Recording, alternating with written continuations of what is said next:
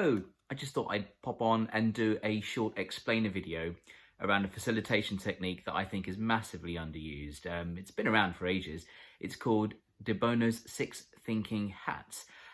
So it's, like I say, it's underused. It can be used particularly with teams. I've been doing a lot of work with teams, particularly around the area of decision making. And oftentimes teams can get into circular debates without any structure and any real commitment to move forward. And furthermore, they fail to harness the diversity of thought that's in the room. So 6 Thinking Hats is one way of doing that. And let's get started. So the white hat, this one is often known as the factual hat. It's used for bringing data and information to the discussion. What evidence do we have to support our arguments? Or if we don't know, what information do we need and where can we go to gather it? The blue hat, sometimes known as the control hat, this one is often worn by the chair or the facilitator. The main point of the blue hat is just to steer the discussion through its agenda, to help summarize and reach conclusions. So it's almost like a conductor role, and for that reason it's sometimes called the control hat. That's the blue one. Moving on, the yellow hat. So the yellow hat represents optimism. What are the benefits we can see? What are the opportunities that we're not talking about that we ought to? Because despite things seemingly feeling like they may be hitting a dead end or a brick wall, there are always solutions. So yellow, for some reason, seems to be the most difficult hat to adopt when we do 6 Thinking Hats. It could be cultural, I don't know, but it's the opposite of black hat, and we'll come on to that soon.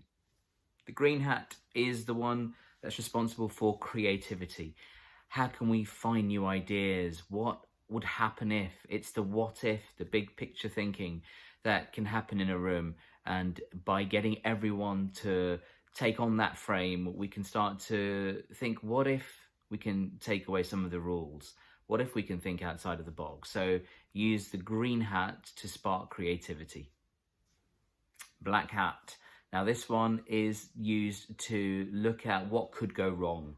The same reason that the yellow hat feels difficult culturally in some countries, the black hat seems to be an easier way of thinking. It's what could go wrong? Where are the pitfalls in this solution? What are the risks?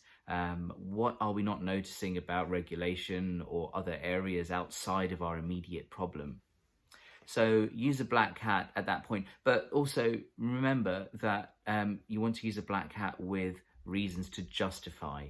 This is not a venting session. This is there is a problem here, and logically these are the reasons why we need to step cautiously through this. So black is the opposite of yellow in the 6 Thinking Hats world, and both require justification to present the argument. And finally, the red one. This is the red hat. This is all around feelings, gut instinct, intuition. Keep time on this one short. Otherwise, you'll find that everyone's got an opinion. It may not be based on anything. My advice would be use it as part of a check-in at the beginning of a session. How are people feeling? And towards the end, have they evaluated the solution? What's their gut telling them about whether this could work or not?